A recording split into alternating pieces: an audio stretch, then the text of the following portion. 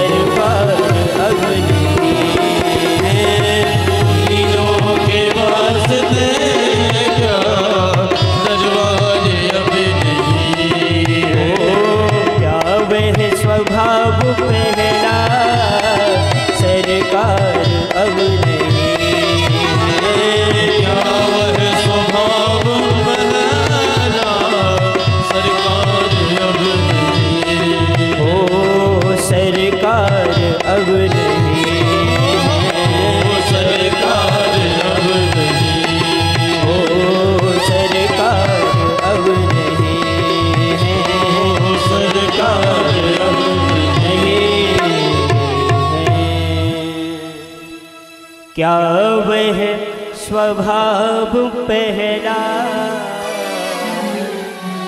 सरकार अब नहीं। और जैसे ही इन लोगों ने प्रार्थना करी तो आज भगवान की भक्त वत्सलता जागृत हो गई और भगवान ने एक ही मुहूर्त में, एक ही दिन और एक ही मंडप पर 16,100 कन्याओं के साथ भगवान ने विवाह किया।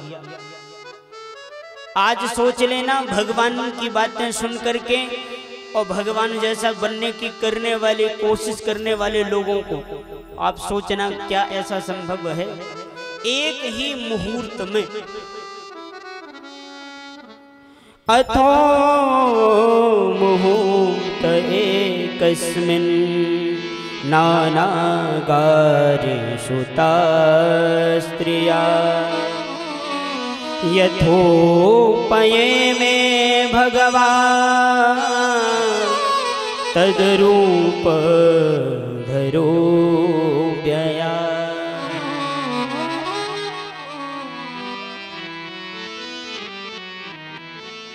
और भगवान ने एक ही मुहूर्त में सबके साथ में विवाह किया।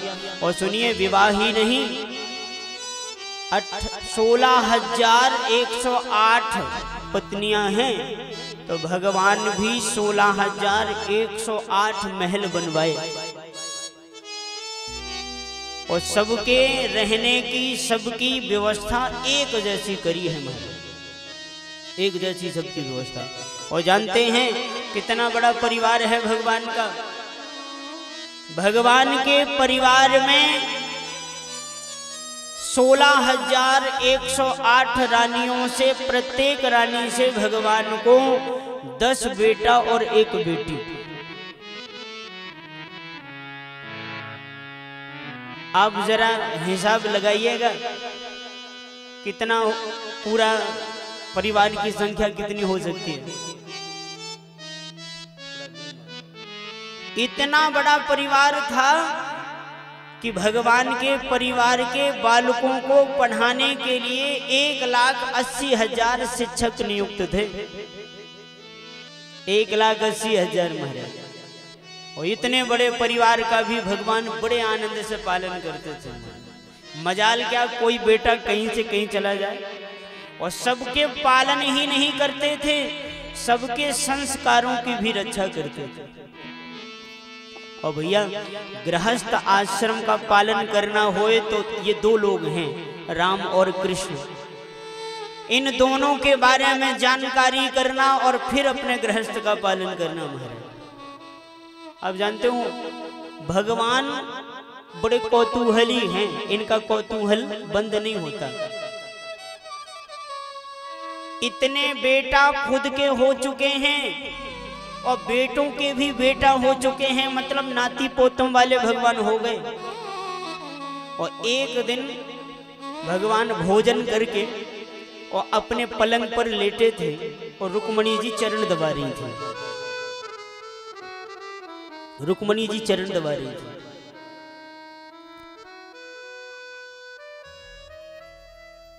ये कथा सुना रहे थे एक जगह हम, तो एक मैया कथा के बाद में बोली हमसे कि महाराज वादा करो कि ये वाली कथा नहीं सुनाया करो आप। मैंने कहा कौन वाली? बोले वही जो भगवान पलंग में लेटे थे और रुक्मणी जी चरण दबा रही थी। मैंने कहा क्यों मैया, तुझे क्या परेशानी है? अरे बोले मुझे परेशानी नहीं, वो हमारे पति सुन लेते हैं तो वो भी कहते हैं कि मैं कृष्ण हूँ और तुम रुक्मणी हो, जरा चरण दबाना। देखो भैया, कोई सेविका हो और कोई श्रद्धा अनुसार से करे तो करना भी चाहिए, ये स्त्रियों का कर्तव्य होता है। लेकिन पुरुषों का भी क्या कर्तव्य होता है, जरा गौर से सुनिए। रुक्मणी जी तो चरण दबा रही हैं, पर एक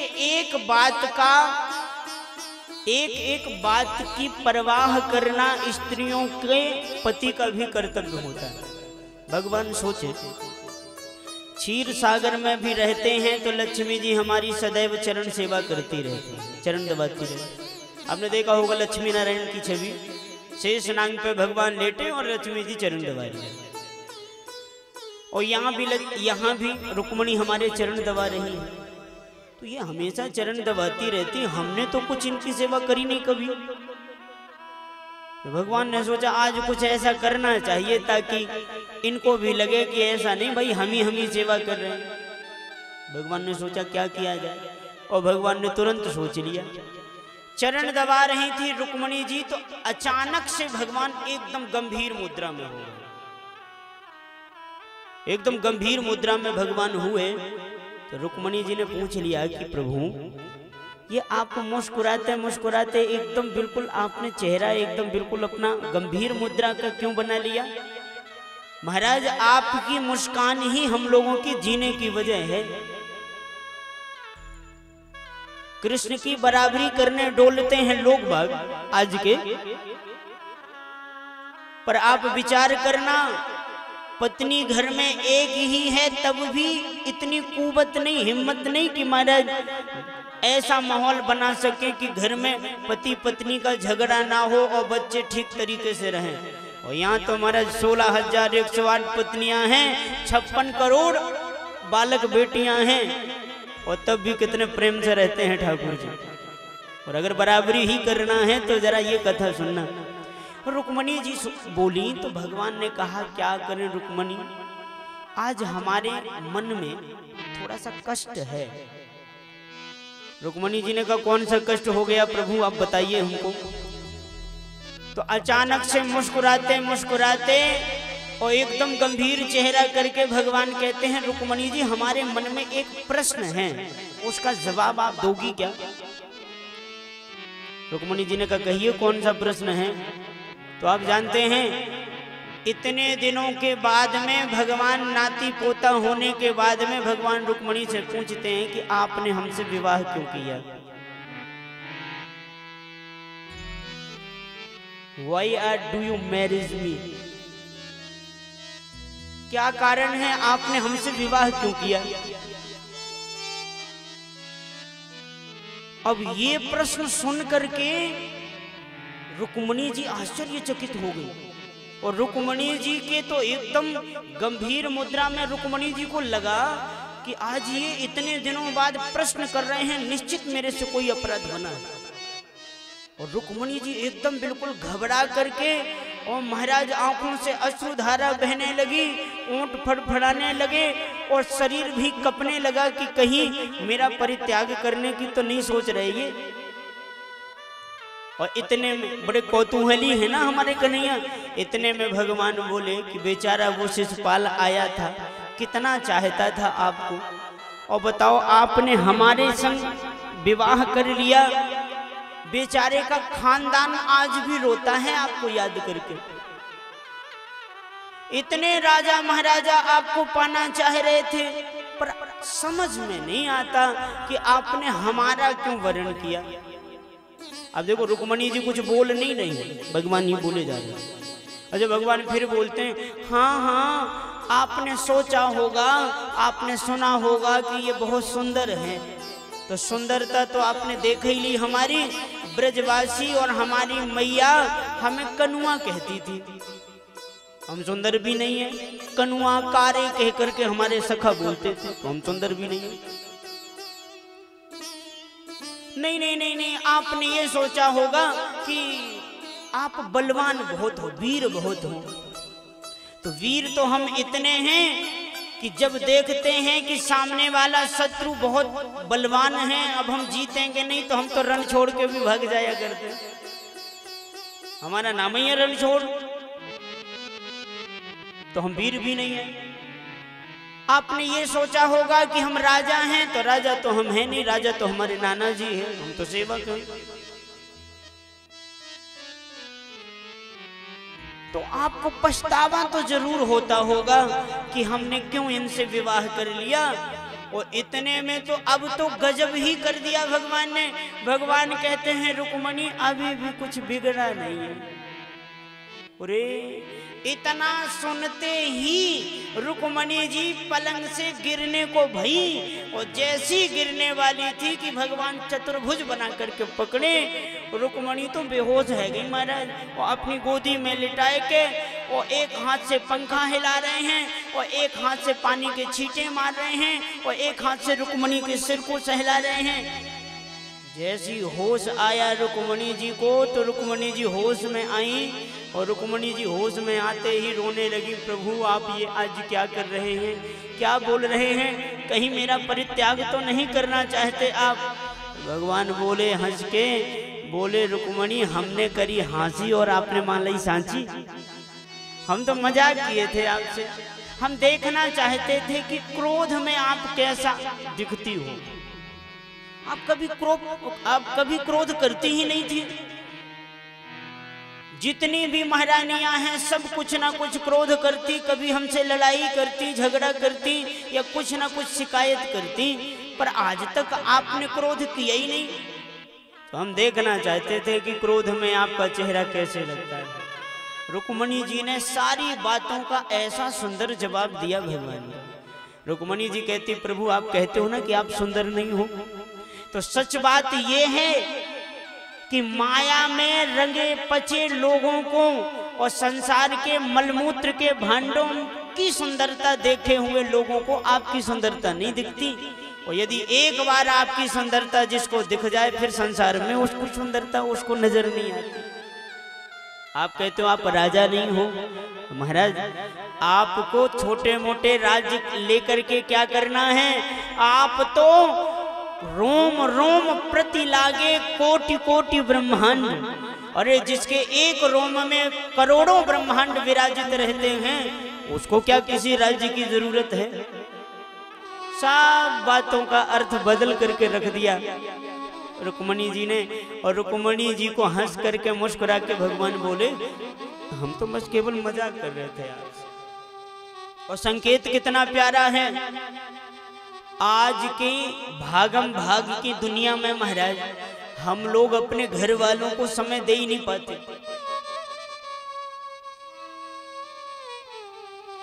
समय नहीं प्राप्त हो पाता। अरे हमारा कहिए तो हम तो प्रायः बाहर रहते हैं, लेकिन जो घर में भी रहते हैं ऐसे ऑफिस और ऑफिस का ही भूत सवार रहता। घर पे भी आए अपना घर ऑफिस एक जैसा करके, ना उन्हें ये ध्यान है कि हमारी बिटिया क्या पढ़ाई कर रही है या हमारा बच्चा क्या सीख रहा है, क्या कर रहा है, उससे कोई मतलब नहीं। और आजकल सबसे बड़ी बात तो ये हो गई है कि माता पिता भी चाहते हैं कि बच्चे हमारे हमें परेशान ना करें। तो उसके लिए एक उपाय निकाला है उन्होंने। क्या? एक मोबाइल हमारे पास और एक मोबाइल हमारे पति के पास और एक एक्स्ट्रा में ले आओ। काय के लिए? बोले जब ही ये कछू कहे तो मोबाइल दे दो।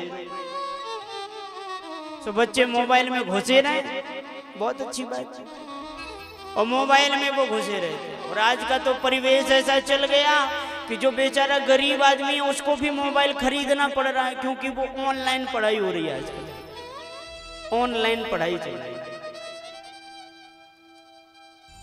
मास्टर जी वहां से क्या पढ़ा रहे हैं ये बच्चे को फर्क नहीं पड़ता, और बच्चा यहाँ पर क्या कर रहा है मास्टर जी को फर्क नहीं पड़ता। और जानते हैं रामचरितमानस की ये चौपाई एकदम बिल्कुल फिट हो गई कलयुग में। गुरु शिष्य अंध बधिर कर लेखा, और एक न सुनहि एक नहीं देखा। ये चौपाई आपने सुनी होगी रामचरितमानस में। ये ऑनलाइन पढ़ाई में ऐसे ही हुआ ना। उधर से मास्टर जी अपना व्याख्यान दे रहे हैं और वो कह रहे हैं मम्मी आज तुमने मैगी क्यों नहीं बनाया? My favourite Maggi. और उधर से वो कह रहे हैं x गुने x बराबर। और वो मास्टर चुप रहो, अभी थोड़ा मैगी आ जाने दो, बाद में पढ़ाना। वो उसको स्टॉप कर देता, स्टॉप, बाद में पढ़ लेंगे, पहले मैगी आने दो, पहले ये सब होने दो। गुरु शिष्य अंध बधिर कर लेखा, और एक न सुनहि एक नहीं देखा। ये हालत हो गई आज समाज की। और इसलिए हमारे समाज में क्या हो रहा है? अरे भैया पैसा कमाने के चक्कर में ऐसा भूत बना है, पैसा का ऐसा भूत बना है कि ना उसे धर्म से मतलब, ना उसे कर्म से मतलब, ना बेटी से मतलब, ना बेटा से मतलब, कुछ मतलब नहीं। मारा उसे होश तब आता है जब पत्नी जी अंदर जब दर्शन देती हैं मुंह फुला करके, तो कहता क्या बात है, क्यों नाराज हो? तो पत्नी जी अंदर से कहती हैं कि तुम्हें ये भी नहीं पता कि आज के ही दिन हमारा विवाह हुआ था। ऐसा खोया हुआ है ये व्यक्ति। और उनके लिए भगवान अपनी कथा से बड़ा प्यारा सबक देना चाहते हैं। अच्छा एक बात और सुनिए, आज हमारे बच्चों को हमारे धर्म के बारे में जानकारी देने वाला कोई नहीं है। आप सत्य बताइएगा, ये जो बूढ़ी बूढ़ी मैयाएं बैठी हैं, कहानी तो इन्होंने भी अपने माता पिता से सुनी है। आज के भी बच्चे ना छोटे, अब वो बात अलग है कि अब तो मोबाइल में वो कहानी सुनते हैं, लेकिन जब सोने वाले बच्चे होते हैं तो वो कहते हैं माता पिता से कोई कहानी सुनाओ, कहते हैं ना। तो कहानी तो इन लोगों ने भी सुनी है, पर इन लोगों ने कहानी अपने माता पिता से ध्रुव की सुनी है, प्रहलाद की सुनी है, माता सती अनसुईया की सुनी है, सावित्री की कथा सुनी है। पर आज तो भैया मैया बाप को टीवी से फुर्सत नहीं है, और बगल में बैठ के लड़कों को भी बच्चियों को भी दिखा रहे टीवी। ध्यान रखना भैया, आपसे जो अब बात मैं कर रहा हूं वो बड़ी गौर करने वाली बात है। बालक और बालिका के बिगड़ने का सबसे ज्यादा श्रेय किसको जाता है? बिल्कुल सही जवाब। बालक और बालिकाओं के बिगड़ने का श्रेय जाता है मां को, और बालक और बालिकाओं की सफलता का भी श्रेय जाता है मां को। पिता का कोई रोल नहीं रहता इसमें। पिता पीठ ठोक के, अपनी पीठ ठोके कि मेरे मेरा लड़का कलेक्टर बन गया, तो ध्यान रखना उसका सहयोग इतना तो है क्योंकि खान पान की व्यवस्था वही करता है। फिर घर में सबसे ज्यादा बालक के समीप रहती है माँ। वो तो बेचारा पैसा कमाने में भी लगा हुआ है। इसीलिए माता को पुत्र होते ही बहुत ज्यादा सावधान हो जाना चाहिए। अच्छा, उचेहरा में कोई ऐसा घर आप बता सकते जिस घर में टीवी ना हो? है कोई घर ऐसा? हाथ उठाओ यदि उचेहरा की छोड़ो, यहां पे कोई ऐसा है जिसके घर में टीवी ना हो? है क्या कोई?